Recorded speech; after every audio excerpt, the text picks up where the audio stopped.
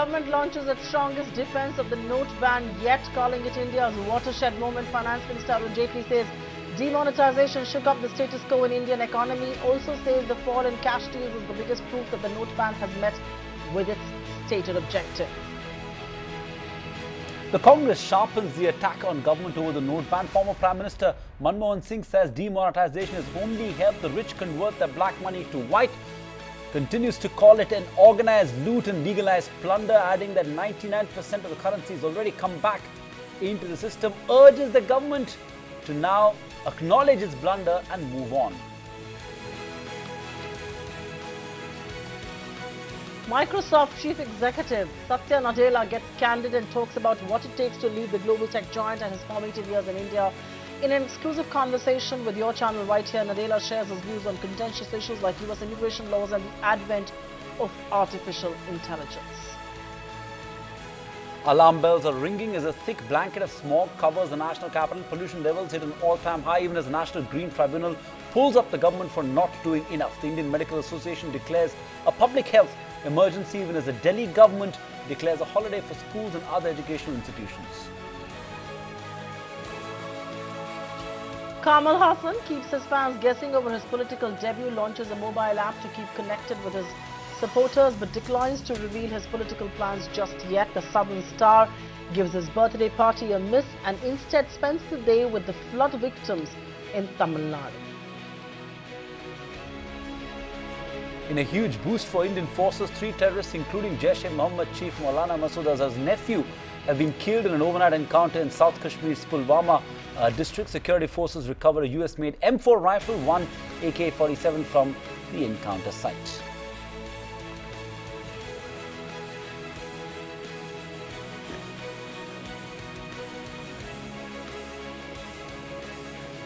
Good evening. This is the India Development Debate right here on ET Now. I'm Supriya, Shrinate in New Delhi, and joining me in Mumbai is my colleague Sandeep Gurumurthi. Let's put the focus and the spotlight on the big debate tonight. On the 8th of November last year, Prime Minister Narendra Modi shocked the country and maybe the rest of the world as well by announcing demonetisation of high-value currencies. 500 and 1,000 rupee notes became illegal tenders at one stroke. What followed was utter chaos, putting hardships to crores of Indians.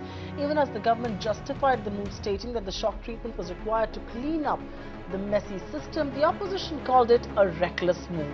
On the eve of the first anniversary of demonetisation, the jury's still out. The government says demonetisation has achieved its prime objective, while the opposition continues to call it a historic blunder. The Finance Minister says the note ban is a watershed moment for India, while former Prime Minister Manmohan Singh terms it as organised loot and historic blunder. But we at ET Now believe the truth probably lies somewhere in between. On the eve of the first anniversary, it's time to revisit some of the questions that were raised when Prime Minister Modi announced demonetisation. Has the exercise achieved its main objective of cleaning up the system? Has it made India a less cash society? More importantly, has it helped in the black money crackdown? In today's India Development Debate, we've got some of the finest economists and experts with the verdict on demonetisation. Let's take this straight across to the big debate tonight then. And joining us on this show, it's my pleasure to welcome Dr. Surjit Bhalla, eminent economist and also member of the Prime Minister's Economic Advisory Council. I've got Dr. Ajit Ranade, Chief Economist at the Aditya Birla Group, Sadanand Dume, Western Fellow, American Enterprise Institute, Jagannathan, Editorial Director, Swarajya Magazine, and Maithili Bhusnurmat, ET Now's Consulting Editor. Thanks each one of you for sparing time and joining us live at 9 p.m. this evening as we put the spotlight and try and find a verdict on demonetisation. Dr. Bhalla, thank you very much and congratulations for that new assignment. But before we embark on any discussion and before we talk about the merits or the demerits of demonetisation, I think we need to do a cost-benefit analysis of what entailed demonetisation. Former Finance Minister Pariyappan Chidambaram in an interview with us says and puts the figure at about 2,25,000 crore rupees. What, according to you, is a rough back-of-the-envelope estimate of demonetisation, the cost of demonetisation really?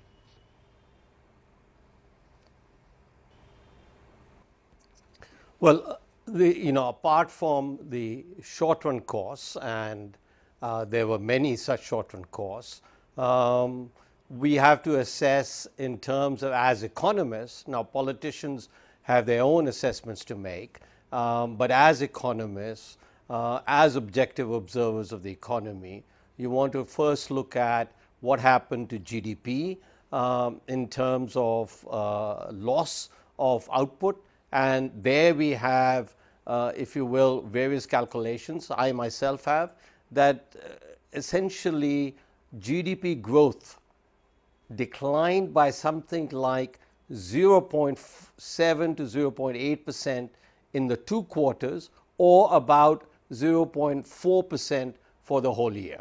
That's the cost. You can add to it the cost of printing money, but basically the cost to Indian economy of starting to implement and implementing demonetization was about 0.4% of GDP. If you look at the benefits, as I hope to show through the program, basically the benefits are much, much greater than, if you will, 0.4% of GDP. Okay, Dr. Ballan, we will touch upon each of those benefits, because, you know, the idea of this debate really is to, because there cannot be a binary on this issue. There are 7, 8 specific benefits or specific objectives that this program was hoping to achieve, demonetization was hoping to achieve. What is the success is what we will debate. But just to get a sense on the cost, Dr. Ajit Rana, you want to come in on that? Is it just the sort of around 0.4% of the GDP is what Dr. Balla is saying is the cost of the demonetization exercise? Do we need to add to it the cost of printing? Of course, the fact that the dividend payout from the RBI has come down substantially. What all would you add to it to ascertain the cost of demonetization? At first glance, 2.5 lakh crores is what Chidambaram says. Like Dr. Balla, he's a politician. He has a reason to escalate that figure. What's your own sense on what the cost of demonetization was? Yeah, so even taking Surjit's number as 0.4%, and I think that's an underestimate, but we will stick with that. So 0.4% translates into 60,000 crores, which is even more than the annual budget of MNREGA, which is an employment guarantee scheme. Secondly, the reduction in dividend from the Reserve Bank of India to Government of India due to the cost of printing new currency, plus the cost of reimbursing interest to commercial banks who stuffed all their cash into the reverse repo window, together is roughly 35,000 crores. So we are talking 60 plus 35,000, that's almost 1 lakh crores, which is permanent loss of income. That means that income is not coming back, and there are many jobs which are also permanently lost. On top of it is all the unquantifiable hardships people faced of standing in queue, hours and hours, people giving up, sacrificing their daily wages perhaps to stand in line.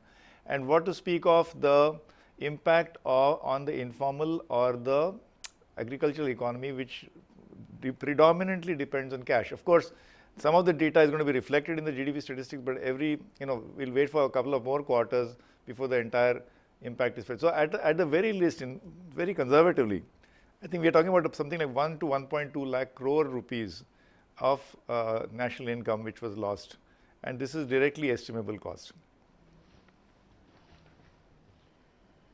All right, fair point indeed. Jaggi, I want you to come in on that. You know, one estimate is 1 to 1.5 lakh crore rupees of national income that was let go of due to demonetization. Dr. Balla says it was just 0.4% of the GDP. Where does the truth really realistically lie?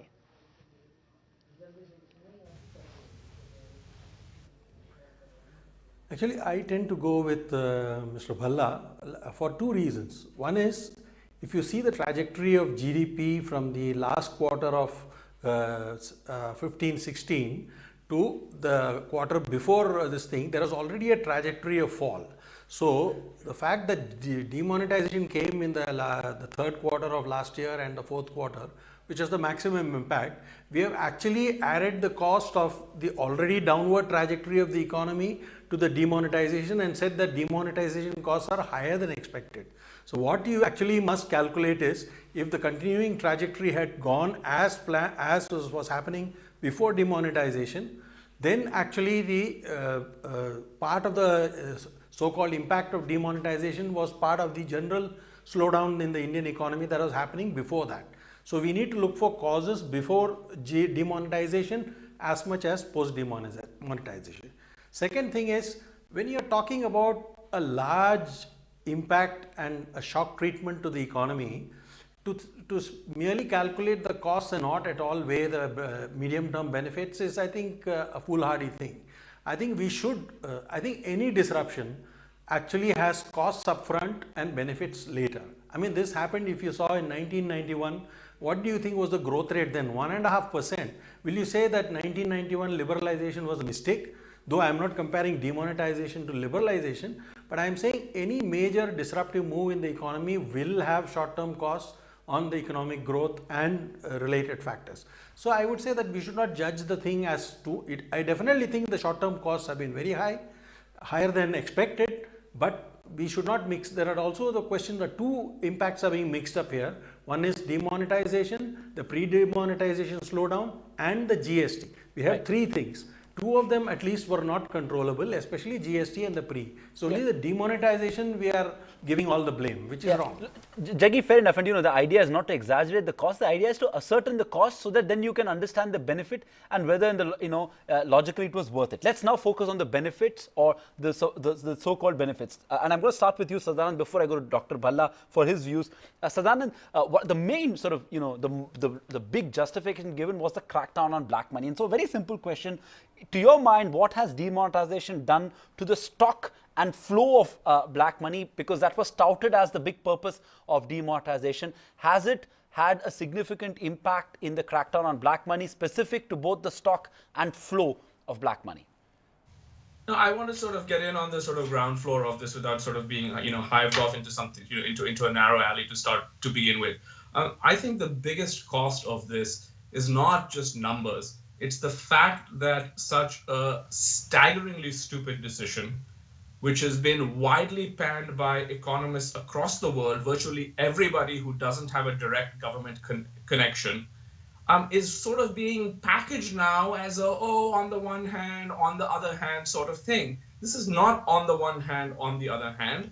This is a policy which the vast majority of neutral economists, people not affiliated with the government, even if you ignore people like Manmohan Singh and Chidambaram as having a political angle, I can understand that, have called one of the most foolish economic decisions made by any government in the last 25 years. So we should have that on the table, number one.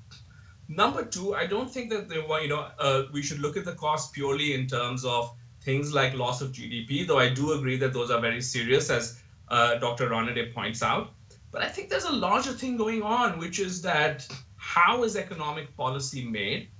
And the real lesson for India should be never again should a policy with such far-reaching consequences be made in such a manner with so little consultation, so little intellectual input.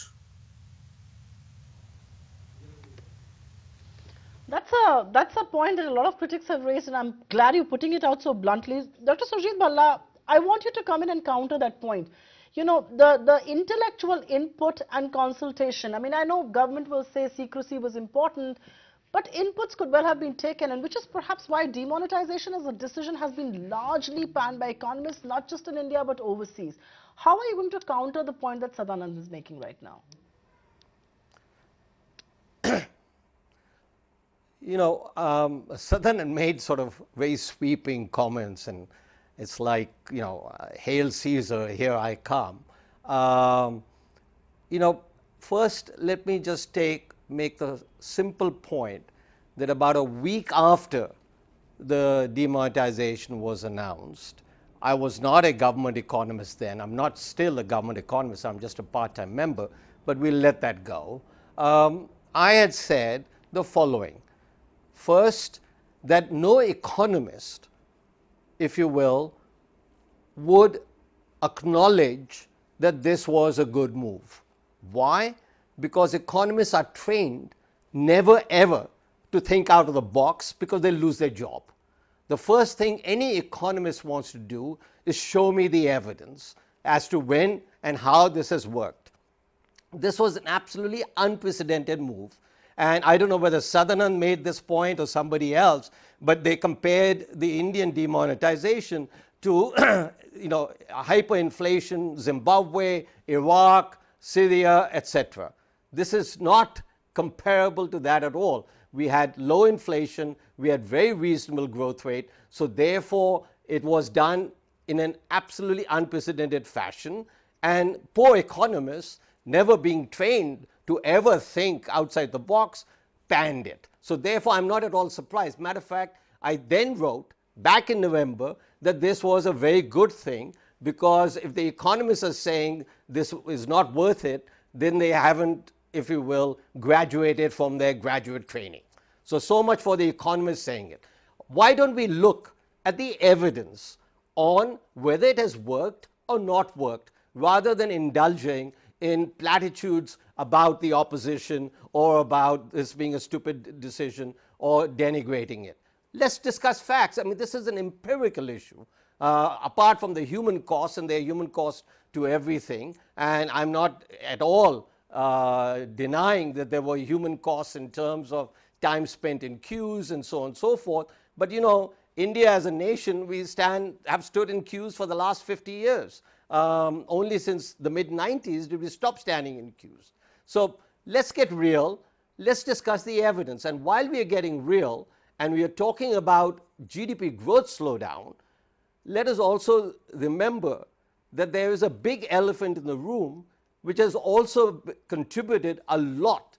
And I would assess, and I'm willing to challenge anybody in this panel or anybody else, that a large part of the growth slowdown was not caused by demonetization, was caused by the RBI pursuing a very, very high real interest rate policy. So if you're going to talk about the slowdown had already happened considerably by November of 2016 and got exaggerated further, which I fully acknowledge. The data fully acknowledges that it got exaggerated by about 0.4% of GDP on an annual basis. But if you're talking about a growth slowdown from something like 9% to something like 5.7%, I'd like to know Sadanand if he thinks that the RBI policy does not rank as one of the stupidest policies, since he's into, if you will, categorizing policies as either stupid or not stupid. No, I'm sure Sadanand would have a view on the RBI policy as well, but Dr. Bala, I think he's making a larger point on the policy direction, and I don't want to make this debate all about just I want to get down to the specifics of the benefits as well, because we've got much ground to cover. So Maitree, I'm coming to you first before I come to Sadanand, which is on the first question that I asked, touted as the reason for demonetization, crackdown on black money. Has it addressed the stock and flow of black money? The government today says, has been saying this for the last few days, 2.9 lakh shell companies have been identified, 2.24 lakh shell companies have been deregistered. Income tax found 1150 shell companies which laundered more than 13,000 odd crore rupees. All that is right, but fundamentally, has it addressed the problem of both stock and flow when it comes to black money? Maitree. No, most certainly not, it hasn't, for the simple reason that the problem is much too large to be addressed by even a measure as drastic as demonetization. It was never meant to address the flow. It was at best meant to address a part of the stock, that part of black money which is held in the form of currency, cash. And even that, it has not been fully successful, because until such time as the income tax authorities establish that some part of the money, whatever part of the money they finally come across, has actually unaccounted for money, because right now it is true that all the cash has been deposited in the banks, so virtually nothing has been prima facie termed black. But the income tax authorities are doing the job of investigation. Until such time as they complete their investigations, we really do not know even how much of the stock they have been able to establish is clearly black money. So this is a battle that is not going to be easily won. It's not going to be won in a day, and certainly not by demonetization alone. It has to be accompanied by a number of other measures. So whether it is in terms of costs or in terms of benefits or even in terms of achieving the objectives. Sandeep, I can only recall what the words of the famous former Chinese premier Chai Lai, in terms of when he was asked about the impact of the French Revolution 200 odd years after the revolution. He said, well, it's much too early to say. So I know it's been a year since we've had demonetization, and this is not the French Revolution, but I think both in terms of costs as well as in terms of benefits, it's much too early for us to give a number. All we can say is that the costs were much larger than was anticipated. The benefits are yet to be realized, but whether the costs will be greater than the benefits, I think we have to think in both of them, short term and long term. Short term, certainly the costs have been more. Long term, the jury is still out. We hope and pray that the benefits will warrant the cost, justify the cost, which was a huge amount. fair point indeed, and I think that's putting it as mildly as possible. But Dr. Ronade, let me bring this to you. One of the figures that the government has been talking about, and the finance minister wrote in his blog, spoke about in his press interaction thereafter, was that there were 2.9 lakh shell companies, 2.24 lakh shell companies were deregistered, the income tax changed 1150 shell companies who were laundering money to the tune of 13,300 crore rupees. Now, the simple argument that anybody would make is that this process could have been done without demonetization. Why did you have to crack down on shell companies, and why did you have to resort to demonetization? You could have simply gone to ROC and done a ref check. I mean, who was not paying taxes, who were the board of directors, who were not filing returns. I mean, this was a simple exercise that could have been done at the level of ROC. Are you going to dispute that? No, absolutely, Supriya. I think that's a very good point, that the objectives of this decision were never made clear. Was it to go after black money? Was it to go after terrorist financing? Was it to go after counterfeit currency printing? Was it to widen the tax net? Was it to increase digital payments? Was it to increase the financial savings of the economy? Was it to go after shell companies? It was never made explicit. It kept changing. I just want to go back to that Surjit number. You know, even if we take his number of 0.4%, and by the way, the Prime Minister said that we need to have this huge disruption when the economy is healthy. But now we are hearing that actually economy is already weakening. So it's a little bit of an inconsistency. But even if we take 0.4% and add the numbers I told you, 1.2 lakh crores of permanent loss of income, which is actually agreed upon by all the economists here, is close to the notional loss of the CAG. They used to talk about the scam losses of 1.7 lakh crores, remember? So we are talking about numbers of that magnitude, and these are being agreed upon. These are not notional losses, these are actual real losses. So, you know, so these are serious costs, and the benefits will come in the medium term. So it's a matter of faith. And I know I'm surprised that Jaggi is comparing it to liberalization. You know, that's opening up the economy, that's delicensing. How can you, you know, this right now we're just debating about what the benefits could be. And Supriya, about the pursuing of black money, the government's own data shows that when, you know, on the basis of the raids that they are conducted, almost 92 to 93% of the illegitimate illegal wealth which is confiscated is in non-cash. It's typically Benami land, that is land owned in, you know, anonymous names or foreign bank accounts or gold. So the government's own data shows that only 7% of illegal wealth is in the form of cash, the stock of black money. And you know, with all the schemes of 1/6 filing, the cross verification and triangulation with now Aadhaar linkage to PAN numbers, surely it's possible to go after the shell companies and, you know, without subjecting 1.2 billion people. Every person was affected by demonetization. Okay. Okay, Dr. Bhalla, you want to come and you want to make a quick rebuttal before I go to Sadhana. Dr. Bhalla. Yeah, I just think, you know, basically we should at least cite facts. Now, what was just stated by Ranade was that, you know, very little money was recovered or whatever the statistic was. The finance minister said, and we can then say whether he was lying or not, but basically that 148,000 accounts had deposited cash with a minimum cash amount of 80 lakhs and an average cash amount of 3.3 crores, which together adds up to about 5 lakh crores. And you're telling me that this was very insignificant amount? Now, it is true, because of the legal process, absolutely. We have to have a legal process to identify whether this was black money or not. But can somebody over here answer as to how the average cash deposit was 3.3 crores? And you are maintaining that this was all in land or whatever. This is cash, not land, not jewelry, not foreign accounts, pure cash. Okay. Okay, fair enough. You know, we've got much ground to cover. So, Sadhana, I'm coming to you. Another point the finance minister made today, which is that, you know, in defense of the fact that the entire money has come back into the system, which is an obvious criticism of demonetization. He says at least now black money has quote unquote an address, and that we know, you know, where is this money, you know, so who are the people with suspicious accounts, and so therefore we know black money has an address. How do you counter that point? Yeah, I mean, first of all, I have to say that I'll agree with Mr. Jaitley that demonetization was a watershed moment. the similar, the bombing of Hiroshima and Nagasaki were watershed moments for Japan. So something being a watershed moment doesn't necessarily make it positive. Secondly, and I've said this before on your program, I really worry about this obsession with black money that has taken hold among the political class. And I think that economists and analysts should push back against this.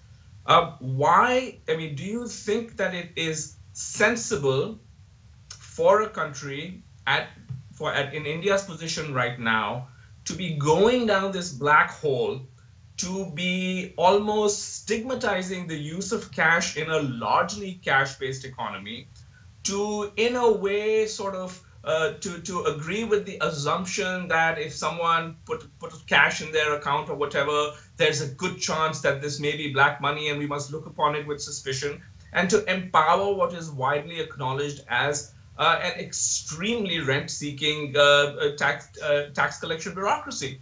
Now, at some level, I think what has happened is that this decision was made, the decision was colossally unsuccessful, and now, instead of mitigating the problem, and I think Manmohan Singh also referred to this in his op-ed, we might be making this even worse in an effort to justify demonetization by getting into this whole thing. And so I'm not really sure that this is a question of a silver lining to demonetization, or in fact doubling down in order to make a political justification and making things even worse.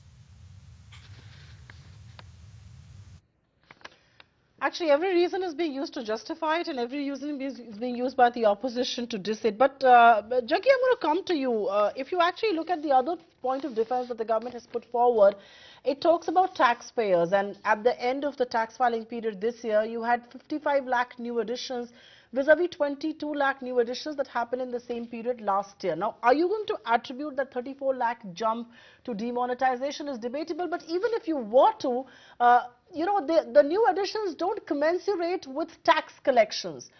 You can say in defense that they're at least pointing out to people who can potentially be a part of the tax network. So in some sense, do you believe demonetization has at least widened the tax base, even though it has still not contributed to tax flows, tax receipts just yet?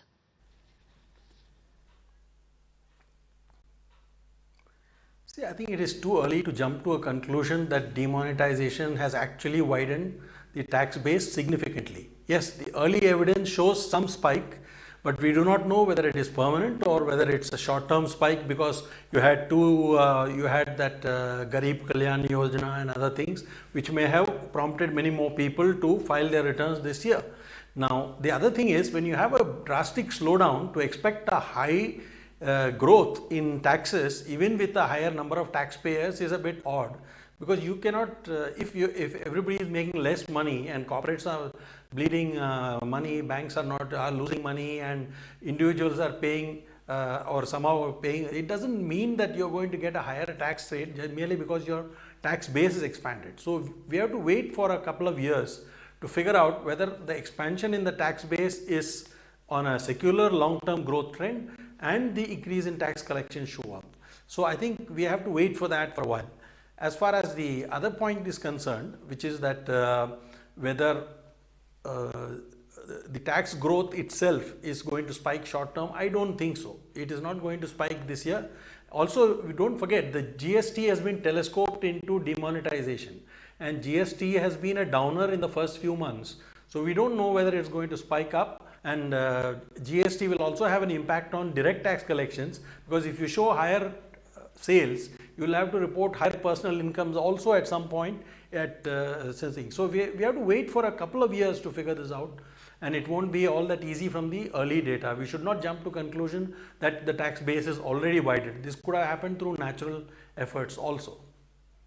Dr. Rane, come in on that. Is it because many would believe that the increase in the tax base is largely on account of demonetization? It's been a fairly sharp up move, even though it hasn't necessarily translated into a hike in tax collections. But that will only naturally happen because now you're widening the tax net and more people are getting into so from that objective, the fact that, and frankly, nothing sort of substantial or disruptive has been done to bring more people into the tax net.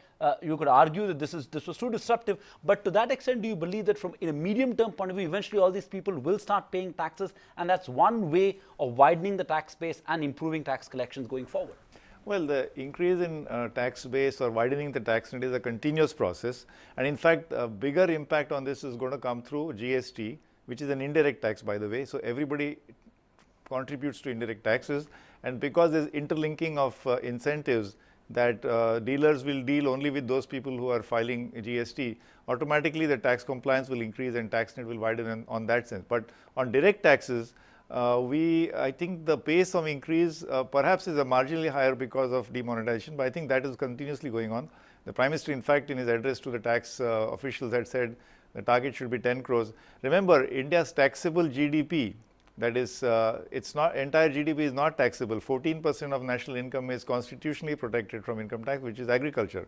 So if you take to tax collection to taxable GDP ratio, we are at about much higher than 11%, and plus if you look at the inequality and the poverty rates and all that, I don't think we are doing badly. Of course, we need to widen the tax net, but I don't think we can expect a dramatic jump just because of demonetization. One more point, Sandeep, is that on the number of suspicious accounts, maybe 2 lakh accounts have suspiciously higher deposits.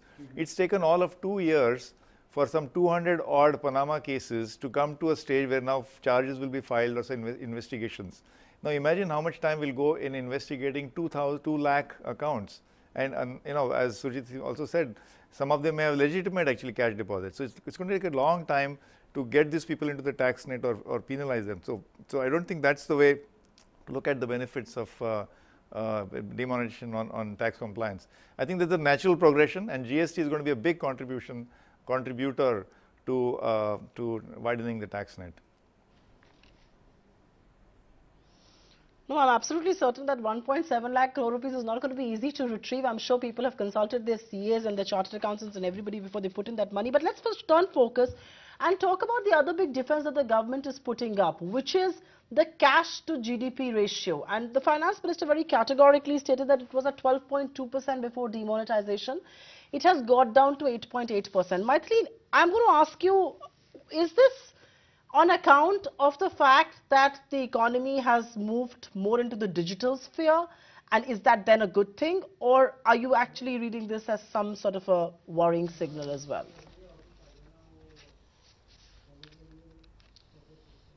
Well, immediately after demonetization, there was a spike certainly in digitization. Subsequently, there has been a decline, and people, once the cash has been restored into the system, people have reverted to using cash, because that is a behavioral change which will take some time. So certainly digital transactions have not gone up as much as they had immediately after demonetization. They have come down, but they are more than what they were before. So to the extent that the use of cash has come down in the economy, it is a good sign, but it will take a long time before cash to GDP ratio comes down. And if I could just revert to what Sadanand Dume said about why are we obsessing about black money, I think there's a very important reason, and why it is so important for us to understand that it's good that every account or every deposit has an address, is because terror funding. I think India is a country which has been at the receiving end of terror finance and terror funding, and we've seen the consequences of that. So if a person has money, there is no reason why he should fail to declare it. Transparency is what we are wanting. We're not saying that every cash deposit is black money, but what we are saying is that every cash deposit should have an address. And to the extent that we achieve that objective, I'm not saying we have, but to the extent that we achieve that objective, I think it is very welcome, particularly for a country like India, which has always been a target of a lot of terror funding, terrorist activities. So I think that is something that we lose sight of, and we must always remember. Terror funding is another aspect that we need to address. But Dr. Bhalla, come in on this aspect of this less cash economy and the transition, because many would point, including the former Prime Minister Dr. Manmohan Singh, the fact that this has actually choked the economy. Yes, there's been a drop in cash to GDP ratio, and it's given a fillip to digital transactions. Some of that fillip is also sort of now petered out a bit, but low cash has also choked the economy, especially the informal sector. I'm not sure if Sadanand or Dr. Ranade made that point earlier as well, but the informal sector, the SME sector, has also been choked on account of lack of availability of cash in the system. How would you counter that point? Well, there's one easy way to not necessarily counter that point, but to address that point, is that each person who says something about this economy has been choked or this sector has been choked, please ask them for the evidence. Let me just come to the evidence on two counts. First, I want to address on that even now, just barely a year after demonetization, the data on tax returns, tax compliance are staggeringly good. And let me just explain it as follows. When the budget was made in February, they had accounted for or assumed 11.8% GDP growth. GDP growth in the first quarter of this financial year is up only 7.9%, which is one of the lowest, actually it's the sixth lowest on record since 1996. So we've had very low GDP growth, but tax payments, direct tax payments are up 13.5% when they were budgeted to increase by 15.3%. And if you look at the data that just came out today, including October, that is up 15.3%. So basically what I'm saying is that on a very, very low base, after all, we pay taxes on nominal income, not on real income or something else. This is staggeringly good, and we need to acknowledge that even now, you are beginning to see genuine effects of tax compliance, such that they're meeting their targets, which were based on 12% growth, and they're meeting it with 8% growth. Now, on terms of the cash economy, etc., the flaw many people are making, and this is, Econ 101 flaw, is that you look at the growth rate month on month, rather than, if you will, if you have seasonally adjusted data, you look on it as year on year. So I'm going to give you a couple of numbers on YOY growth rates on cash and non-cash in the Indian economy, January to August 2016 and January to August 2017. And this is what we find out, that cash withdrawn from ATMs grew at 16.6% rate last year, is now minus 8.3. Cards at point of sale, credit cards, etc., were growing at 35% last year, 35%. After demonetization, they're growing at 83%. Prepaid and mobile were growing at 73% last year, and today they're growing at 188%. Right. Basically, non-cash usage has doubled.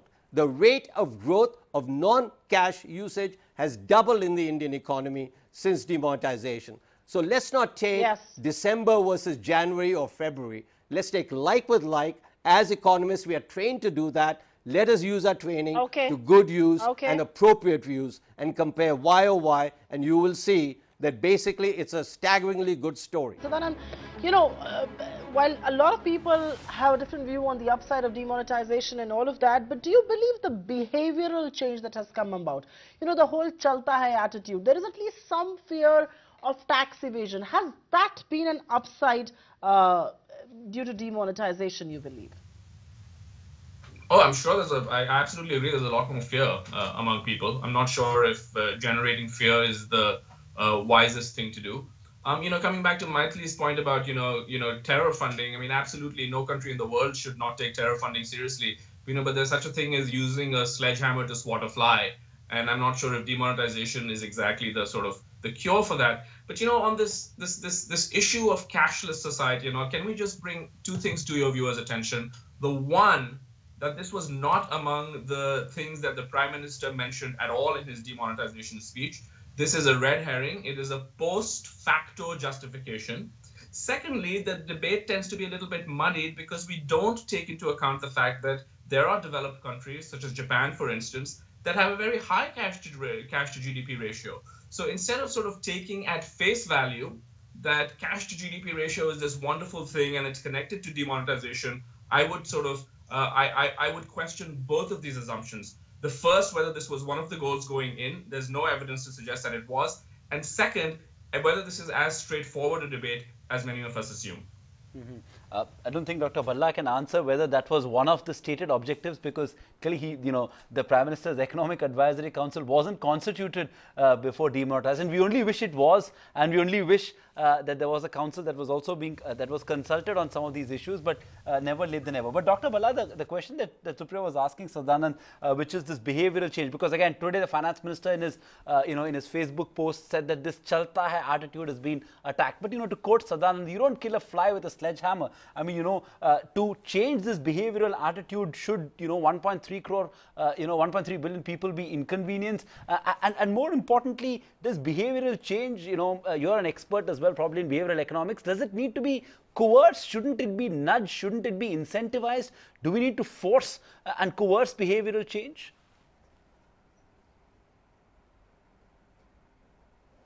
Look, the points you're raising are very legitimate, whether this was, if you will, a sledgehammer to hit a fly, or whatever other set of comparisons we can make. 2 points. First, as far as the behavioral change is concerned, and that's a very important aspect, in India we've been puzzling and contending with the very low tax compliance for decades. I remember writing in 2002 for Vijay Kelkar about the missing middle and how tax compliance in India was one of the lowest in the world. And it is still low. However, it is showing a marked increase, and the counterfactual, which, if you will, students, etc., should explore and will explore, is whether our tax compliance could have increased without a major nudge that demonetisation provided. Second, on the cash, cash was the black money in India, the excess cash usage was exorbitant by any analysis. And if you compare with any developing country, etc., we were one of the highest in the world. And GDP growth, as I mentioned earlier, a large part of the slowdown of GDP growth is account of interest rates, not because of demonetisation. So we have done reasonably well with about 20% less cash than we had before. And third, as the numbers I cited, and Supriya, these numbers are from the RBI. So if they don't fit, please contend with the RBI as to why they don't fit. But these are all taken from the RBI website. Latest availables are till January to August, and they do show, and these are rates of growth like with like, and the numbers are as I stated. So I think we are moving, we have been nudged. India would be a much, much better place if we had greater tax compliance. And as far as people losing out, you mentioned about 1.3 crore people lost out. We have to contend, if you're talking about people losing out, why are they coming out in hordes and voting for the BJP? So maybe the wealthy lost out, that's quite clear. The people who had black money, they lost out, that's quite clear. But to assess that really all of us lost out, go ask the voters in UP, in West Bengal, in Orissa, wherever you go, except Punjab perhaps. Dr. Bhalla, I'm not disputing your numbers at all, and I will not make the mistake of doing that. I know you must have done your homework with the numbers. All I was saying is that people have a different view. But I'm going to come to Dr. Ranade, and one of the points that Dr. Bhalla did make, Dr. Ranade, out there was political upside. I'm going to leave that debate to political commentators on this show, but I'm going to ask you the other question. It's quite remarkable. It left me quite dumbfounded that how could demonetization happen without a whimper of protest? I mean, just a week before demonetization, we had Jalakattu and people were out in the streets protesting against this. Demonetization was about your money. This was an emotional issue, and yet it seemed India wanted to weather the storm. It happened absolutely without a whimper, not a single protest on the street. What explains that? That, Supriya, I think is one of the most significant and spectacular fact about demonetization in India, that around the same time, a tiny country, a smaller country like Venezuela did the same thing of discontinuing a high-value note, and within 48 hours they had to abort that attempt because of agitations and street unrest. Whereas in India, week after week, month after month, the surveys showed 80–85% people supporting this move. In fact, there were typically two questions. people in lines, long lines outside ATMs or bank branches were asked, are you suffering? Is there any hardship? They said, yes, there is hardship. Number two, is this good for the country? They said, yes, we believe this is good for the country. I think this was like a jolt to cynicism. But most importantly and above everything else, I think this was people's faith in the PM. His credibility was high. He has put his personal name, personal political capital, and he had made an assurance. So I think it speaks a lot about his personal credibility. So they believed that this decision had something to do with, at least for the weeks and months. So that, I believe, is a very significant fact of this whole episode, that people reposed their faith.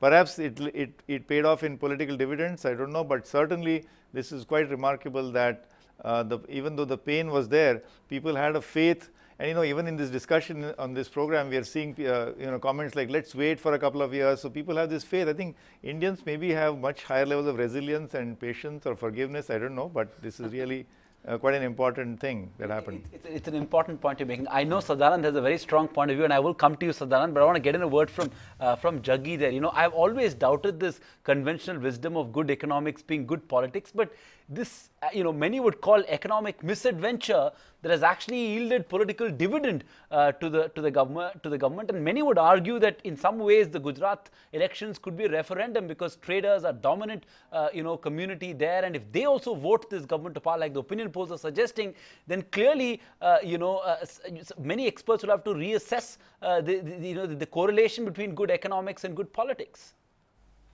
Jaggi? Absolutely. I think there is definitely some correlation between good politics and good economics. But I think in India, the connection is very weak. But we tend to forget one simple thing. It is not so much, I agree with what Dr. Ranade said about people feeling that Modi was trying to do something good. Let's not forget that we think we caused a lot of hardship through demonetization, and certainly it was probably not worth it in that sense. But don't forget, corruption, everyday corruption in every single thing you do is causing hardship to millions of people and everything. To buy a bag of fertilizer, you have to pay the corrupt. To go and get a license in RTO, you pay this thing. So why are we forgetting that on a daily basis, year-long, we face this nonsense, and then we think that 2 or 3 months of standing in the sun is somehow worse for the people. I don't think so. I think it was in the relative terms. People say that, look, my boss today wants me to deposit his money in my account so that he can save his neck, and it strangely empowers me. And I know that some people are getting affected by it. It's Schadenfreude. I think it works like that. And I think that's what economists completely misjudge, that the political content in this economic measure was high and it paid off. What we will know in Gujarat is not demonetization, but whether GST is a problem. But GST is a wider problem for a whole lot of people because of various inadequacies in it. But by and large, demonetization will not be an issue anywhere in future. Right. All right, demonetization will not be a political issue in the future, and Gujarat will perhaps vote on GST. But Sadanand, do you actually boil the debate down to a simplistic argument that we are making, that political mandate is a referendum on things like demonetization and GST for that matter? Do you believe UP was a mandate, a referendum on demonetization? Well, a couple of quick points. The first is that, to Jaggi's point about people paying a bribe for a bag of kerosene or a driving license or to get their tax returns or whatever.